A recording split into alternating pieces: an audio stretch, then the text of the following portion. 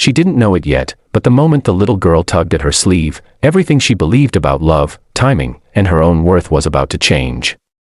On a snowy Christmas Eve, in a crowded cafe filled with couples and laughter that only made her loneliness louder, a blind date had just rejected her before it even began.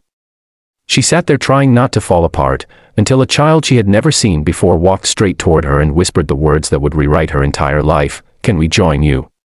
Snow fell the way it does in movies, soft, quiet, beautiful, yet to Ella, it felt like insulation around the world's joy, keeping her on the cold side of the glass. She adjusted the red scarf her sister insisted she wear and stepped into Maple and Hearth Cafe, the warmest place she knew in the city. Christmas lights glowed in golden spirals, and the smell of cinnamon drifted between the tables. People laughed, clinked cups, held hands. It all reminded her of what she didn't have. Her blind date was supposed to be waiting at the back table.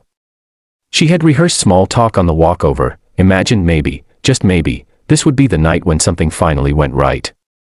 After years of failed relationships and one engagement that ended with a text message, she desperately wanted a new beginning. She didn't need perfection. She just wanted someone who stayed. She spotted him, Chris. Tall, clean-cut, with a Christmas sweater that tried too hard. He saw her approaching, and for a split second, his face lit up. Then he recognized her, and his smile dissolved. "Ella?" he asked, as if hoping she'd say no. She nodded, offering a hopeful smile, but Chris exhaled sharply, rubbing the back of his neck. "Look. I'm sorry. I think there's been some miscommunication. You're not really my type." He didn't even sit down. He didn't even try. I should go. Sorry." And he slipped past her, vanishing into the swirl of lights outside before she could even form a response. The rejection hit harder than she expected. She wasn't naive, she knew people left, she knew disappointment, but this felt particularly cruel.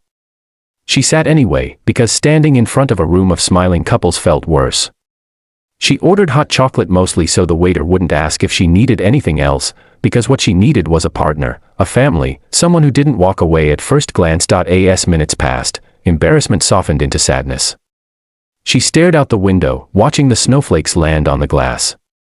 She wondered why love seemed to avoid her, why she always ended up alone during a season meant for togetherness. Then she heard small footsteps. At first, she ignored them, assuming a child was searching for their parents. But the sound stopped right beside her. She turned her head, and saw a little girl, maybe 6 years old, bundled in a tiny pink coat with matching fluffy boots. She looked up with big, earnest eyes. "Hi," the girl said softly. "Can we join you?" Ella blinked, confused. "We." Behind the girl stood a man, broad-shouldered but gentle-eyed. Younger than she expected, with dark hair dusted lightly with snow, he looked at her with a mix of apology and hope. He placed a protective hand on the girl's shoulder. "I'm so sorry," he said.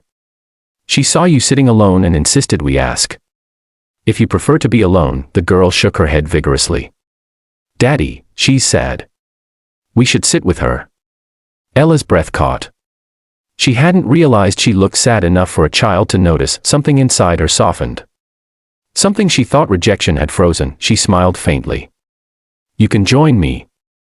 And that moment, small, unexpected, and unplanned, became the quiet beginning of a story she didn't know she was allowed to have. The little girl climbed onto the chair beside Ella, as if they had known each other for years.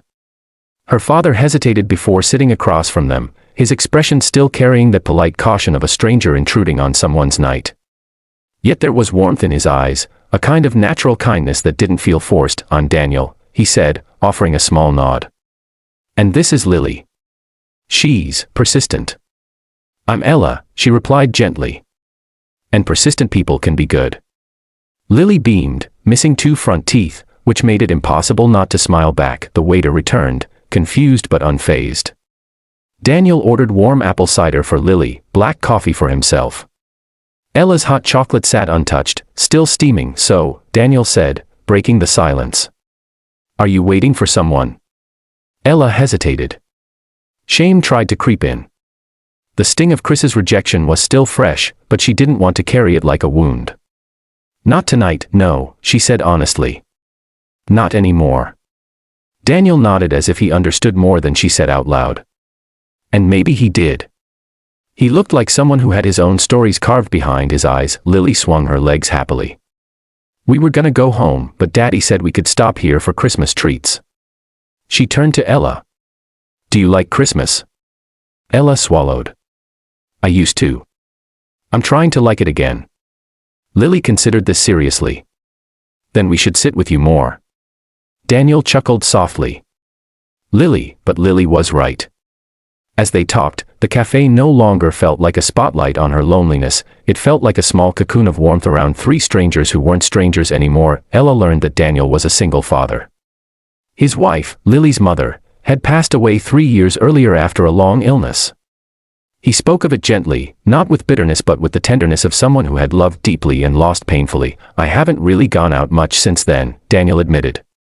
Just focused on Lily. Ella nodded. I know what it's like to rebuild alone. He studied her for a quiet second, not prying, just seeing her.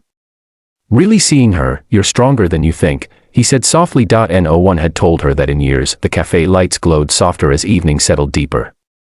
Christmas music hummed in the background, songs about love and miracles that once made her feel lonely, but tonight, they felt like a soundtrack to a conversation she never expected. By the time their drinks were empty, Lily was drawing snowmen on napkins, Ella was laughing more freely, and Daniel looked more at ease than when he first approached. As they put on their coats, Lily tugged Ella's sleeve again.